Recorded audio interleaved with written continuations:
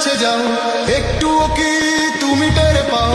কার পাশা গেছে কার টেবিলে, খেলা যে চলছে কোন লেভেলে।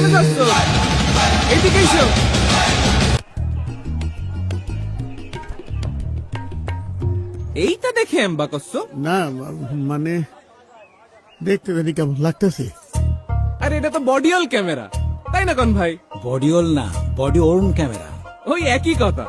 তা এর যে কি করে? আমি তোমারে বুঝাই, দাঁড়াও। এইটা দিয়ে ভোট কেন্দ্রে কিডা আসতেছে কিডা যাচ্ছে সব দেখা যাবে। আবার ধরো ইলেকশনের দিন কেউ ঝামেলা করতে চাইলো, সাথে সাথে বডি অন ক্যামেরার SOS বাটনটা সব দিলি, তখনই কন্ট্রোল রুমের যে মনিটর আছে সেখানে এই ক্যামেরার ছবি সবার সামনে ভাইসে উঠবি।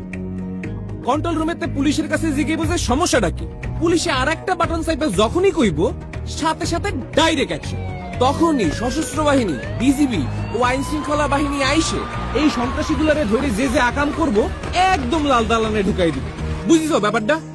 মানে আগের মতো কেউ আকাম করে পার পাবি না। চাচা, আগের দিন কি আর আছে?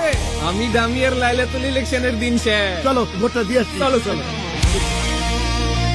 আপনার নিরাপদ ভোট প্রদানে আপনার পাশে সার্বক্ষণিক নিরাপত্তায় আছে সশস্ত্র বাহিনী, বিজিবি ও আইন শৃঙ্খলা বাহিনী। শান্তিপূর্ণ ও সুষ্ঠু ভোট প্রদানে পুলিশ বাহিনীর বডি ওর্ন ক্যামেরা ও ভোট কেন্দ্রের সিসিটিভি ক্যামেরায় সার্বক্ষণিক নজরদারিতে এবং নিরাপত্তার চাদরে বেষ্টিত থাকবে প্রত্যেকটি ভোট কেন্দ্র। সংসদ নির্বাচন আর গণভোট দুইটার ব্যালট পেপার কি এক লগে দিতেছেন? জি, এই যে তাই আপনার সাংবিধানিক অধিকার প্রয়োগ করে দেশ পুনর্গঠনে দেশের মালিকানা বুঝে নিন।